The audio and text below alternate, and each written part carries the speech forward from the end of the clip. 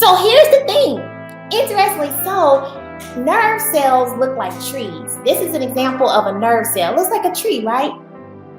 Nerve cells look like trees. And so here's the thing. When we're thinking about the neuroplasticity of the brain and those connections being hardwired, is that the enemy wants to plant his trees too. Because it is in the mind. So when we're thinking about the neuroplasticity of the brain is shaped by experiences, choices, and actions. And he wants to embed adverse childhood experiences to shape that child's brain and make hardwired connections that are not the truth, that are deceptive, that are not true. And he wants those things to be hardwired into their subconscious brain, because really about 80% of our choices comes from our subconscious brain. All right? And he wants to get those things hardwired early on, because the brain is very malleable early on during childhood. And so here's the thing, is we were talking about also those adverse childhood experiences. Now, I don't know. Here's the thing. I don't know if y'all know, if y'all privy, but a lot of these young people, their parents aren't bringing them up in church like we used to. It's not like it used to be. But they say they are super spiritual. Now, come on now. I got to tell y'all the truth. Now they are into all kinds of witchcraft and don't even know it. That's the truth. Because they are trying to anesthetize their pain. And they haven't been raised in the church. They haven't been spoken into the protection of the Father. They've been left wide open. They've been left wide open. And I remember when I was in Atlanta, I used to do a lot of work with the University for Parents. And one of my grandparents came in and she said, my grandbaby was like, I don't need a man. I'm not getting married. I'm going to have my career, but I don't need a man. I'm not getting married. This little girl was all of 7 or 8 years old.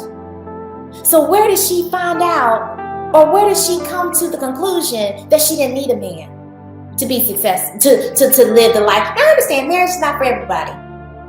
But this is an 8-year-old already coming to this conclusion. Come on, man. So a lot of children are anesthetizing this pain from these adverse child experiences, and they're looking, they're searching for spiritual outlets, but they're not going to the truth.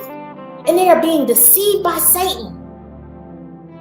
And they're also picking up unhealthy coping strategies as well, because the enemy's trying to plant his trees too. He's trying to plant those trees. He's trying to plant those experiences and hardwire that into their thinking. A false belief system, a deception about who they are, a deception about their identity. That's what he's trying to do. All right, so moving right along. All right, so he's trying to spoil those goods, right? With shaping the brain by trauma, introducing unhealthy coping mechanisms. Interestingly, research from Myers back in 1996, and these are other researchers that support this, is that children have a higher likelihood of losing their religious faith and practice post-divorce. Following a divorce, children are more likely to abandon their faith. As adults, those raised in step families are less likely to be religious than those raised by both biological parents. And since religious practice has benefits in areas such as sexual restraint, the child of divorce may lose this protection. He is coming after the goods. He is coming after that next generation. And then he knows if he puts some things in course, he can just take his hands off of it and let those trees grow. Let those illegitimate trees in the mind grow. And that's what he's trying to do.